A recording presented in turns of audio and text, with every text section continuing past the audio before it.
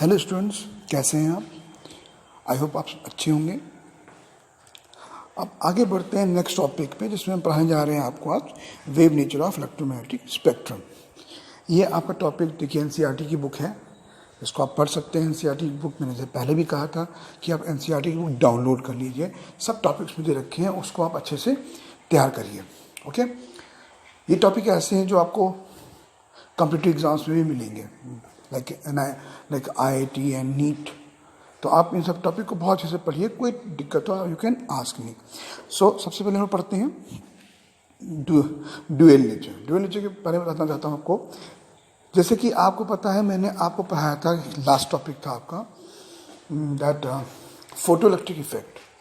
उस photo electric effect में बताया था मैंने आपको कि जो रेडिएशन होता है, specially sunlight, it comes from packets of energy, इसे फोटोन कहते हैं।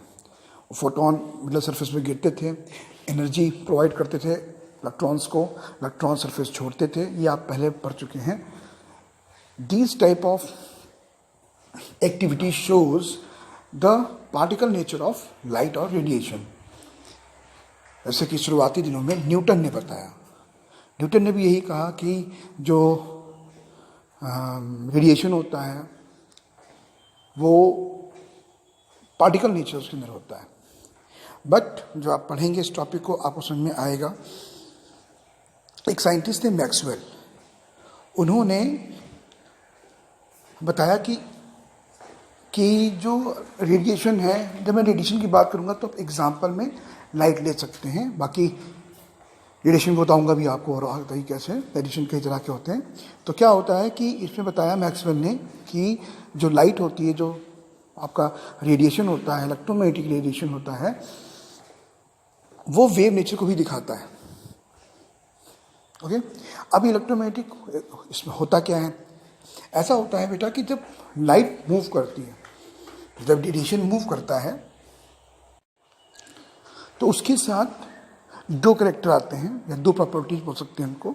एक तो अपने साथ लेके चलता है, ये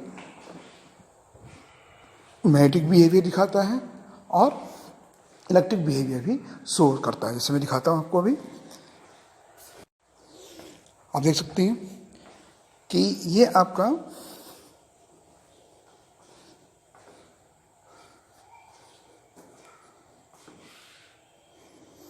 डायरेक्शन है जिस तरफ लाइट चल रही है। ओके, ये आपका मैग्नेटिक फील्ड है, देख सकते हैं आप, और ये आपकी इलेक्ट्रिक फील्ड है। ये एक साथ देखिए दोनों चल रही हैं लाइट के साथ। आप क्लियर देख सकते हैं कि यहाँ पर जो डायरेक्शन है रेडिएशन का, तो इलेक्ट्रिक फील्ड और मैग्नेटिक फील्ड दोनों इसके साथ चल रही हैं। ओके, चलिए अब आगे बताते हैं आपको हम। अब मैक्सवेल ने कुछ कॉन्सेप्ट दिए, कुछ इनके बारे में अपनी बातें बताई। So I am going to explain these assumptions और theory given by the Maxwell. Point number 1 आप देख सकते हैं। आप पॉइंट नंबर 1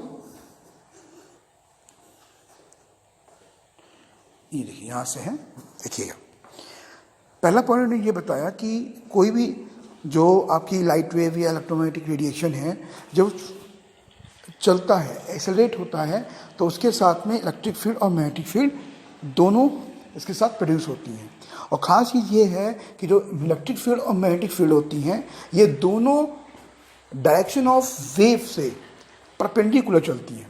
जैसे मैंने भी बताया आपको, पीछे जो फिगर दिखाया था मैंने आपको, ये देखिए, इसमें आप देख सकते हैं जो ब्लू कलर है, मैं आपको मैग्नेटिक फील्ड दे रखी है, ये भी विद द डायरेक्शन ऑफ जो वेव है उसके परपेंडिकुलर। इलेक्ट्रिक फील्ड है वो भी डायरेक्शन ऑफ वेव के परपेंडिकुलर ही है।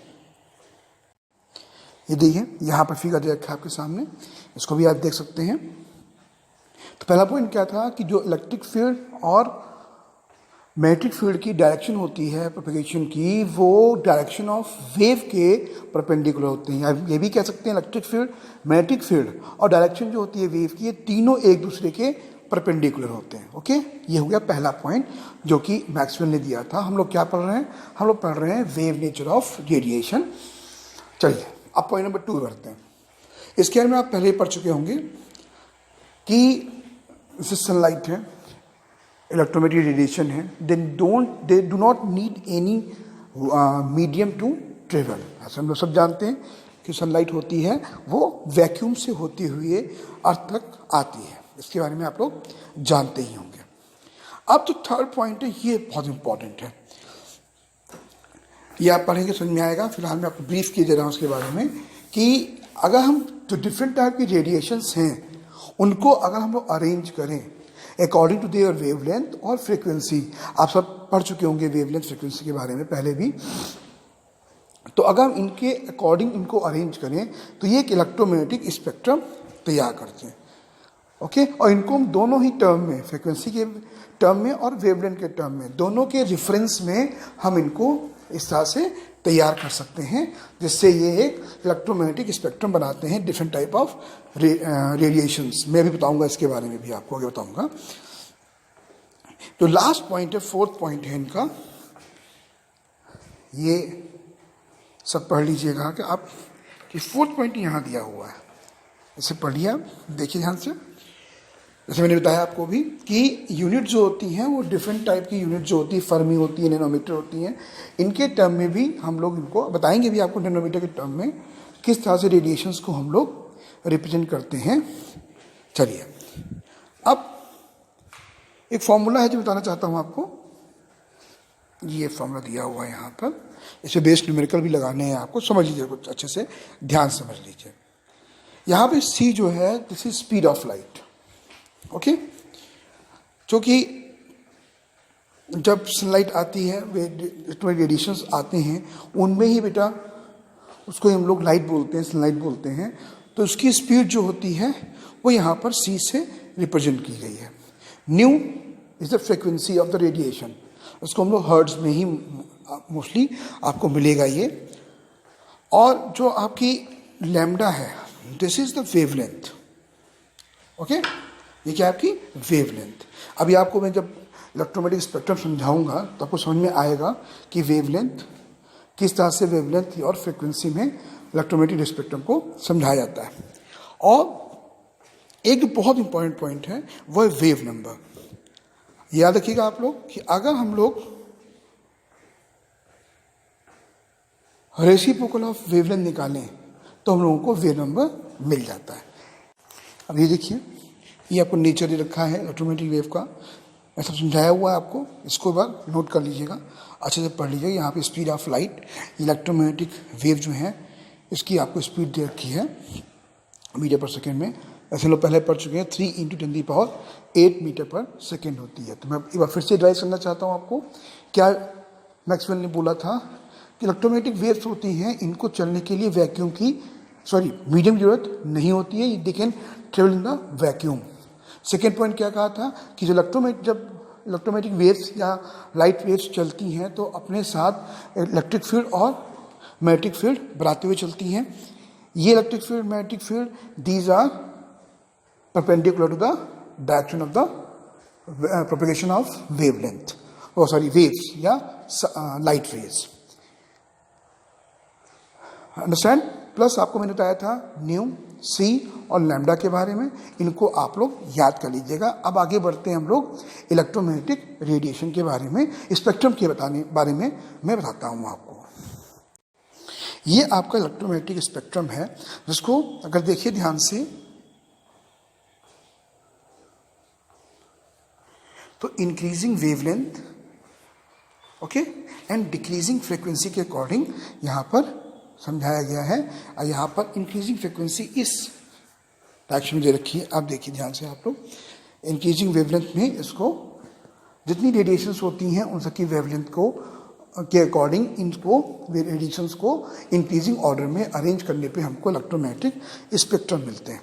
ओके, इसका सबसे खास चीज़ जो है वो ये देखिए विजिबल स्पेक्ट्रम, जो 400 नैनोमीटर से लेकर 700 नैनोमीटर के बीच में होता है। इस बारे में आप लोग, मैं अभी आपको आगे अच्छे से और अच्छे समझाऊंगा।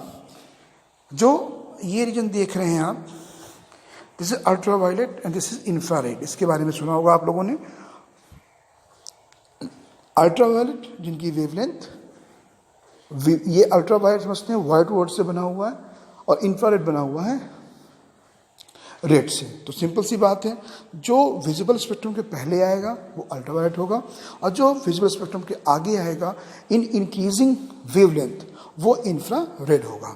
बाकी देख सकते हैं आप gamma rays, these are the X rays, then ultraviolet, then visible spectrum, then infrared, microwaves, FM, AM, long radio waves. इनके बारे में आपको मैं आगे फिर पढ़ाऊंगा।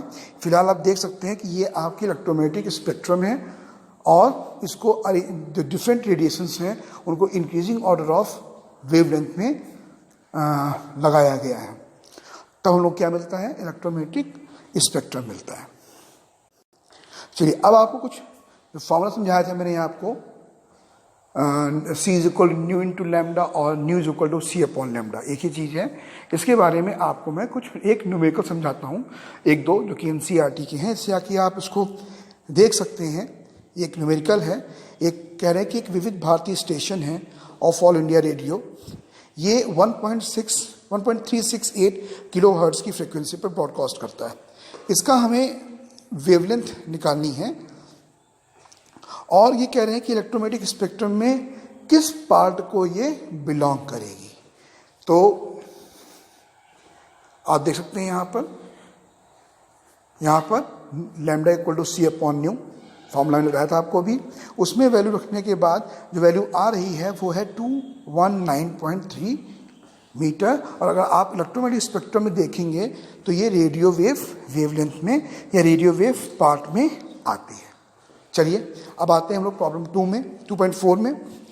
द वेवलेंथ रेंज, ये NCERT के हैं तो ये अपने आप में ही इंपॉर्टेंट है, इनको आप अच्छे से पढ़ लीजिएगा।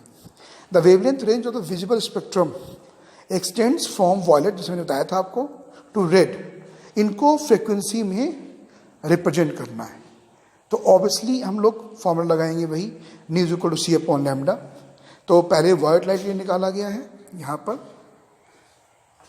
उसके निकाला गया है यहाँ पर रेड लाइट के लिए, और जो वैल्यूज आई हैं उनको फ्रिक्वेंसी में रिप्रेजेंट किया जाता है।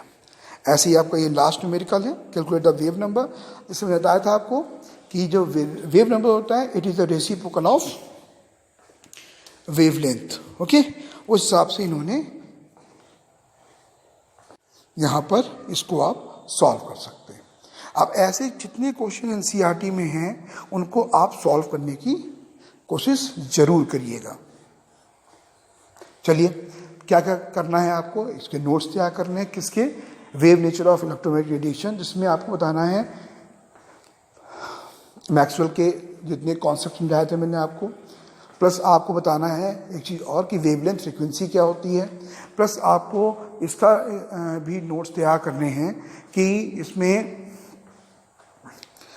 New is equal to C upon lambda formula तैयार करना है, और इस पे बेस्ड न्यूमेरिकल तैयार करने हैं। और आपको एक सुंदर सा इलेक्ट्रोमैग्नेटिक स्पेक्ट्रम भी तैयार करना है, जिसके आप कलर कर सकते हैं तो और अच्छी बात है।